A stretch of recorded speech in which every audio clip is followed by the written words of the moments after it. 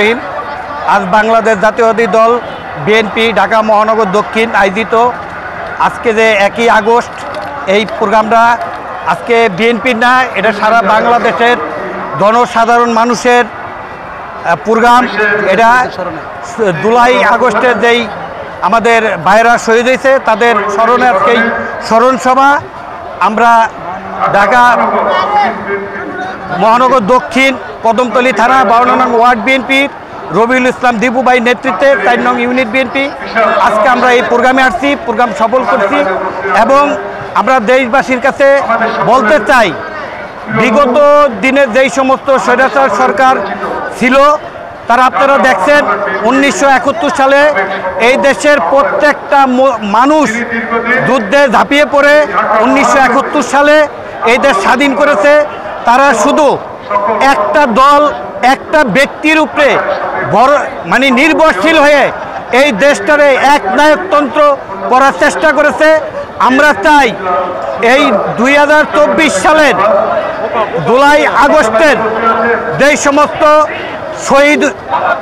সমস্ত আমার ভাইয়েরা শহীদ হয়েছেন তাদেরকে যেন কেউ কর্তৃত্ব কায়েম করতে না পারে।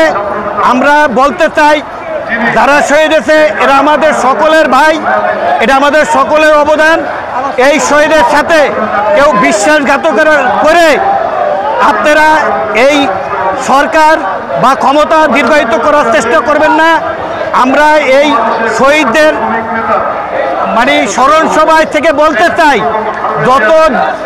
যত দূরত্ব সম্ভব এই তত্ত্বাবধায়ক সরকার বলেন আর কেয়ারটেকার গভর্নমেন্ট বলেন, এরা যত দূরত্ব সম্ভব একটা সাধারণ নির্বাচন আয়োজন করে আপনারা একটা সুস্থ নির্বাচনের ব্যবস্থা করেন।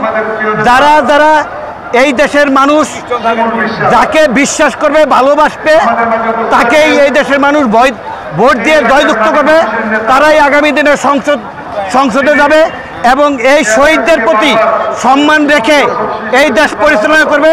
এই বলে আমি আমার সংক্ষিপ্ত বক্তব্য বা শহীদদের স্মরণ করে আমি আমার ইউনিট বিএনপির পক্ষে থেকে এই শহীদদের আবার স্মরণ করে 4 নং ইউনিট বিএনপির পক্ষ থেকে এই শহীদদের প্রতি স্মরণ রেখে আমি আমার বক্তব্য শেষ করলাম। বাংলাদেশ জিন্দাবাদ, জাতীয়তাবাদী দল জিন্দাবাদ, শহীদ জিয়া অমর হোক, দেশনেত্রী বেগম খালেদা জিয়া জিন্দাবাদ, তারুণ্যের অহংকার তারেক রহমান জিন্দাবাদ জিন্দাবাদ, তারেক রহমান বীরের বেশে, বীরের বাড়ি বাঁধেছে ইনশাআল্লাহ।